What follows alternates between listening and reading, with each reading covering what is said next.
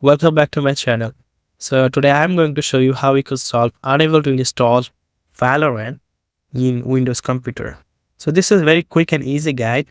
You can solve this problem just execute it to command prompt.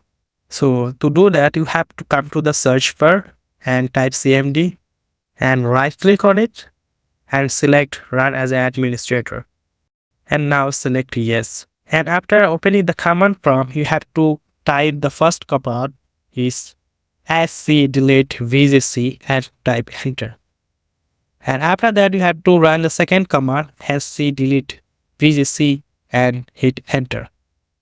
So this is truly harmless command prompt. After executing this command, you have to close the command prompt and simply restart your computer. After the restart, I hope your problem will be solved. But if you still facing this problem, write a comment in the comment section. I will get back to you very soon. And if you find this video helpful, hit the like button and don't forget to subscribe my channel. Thank you.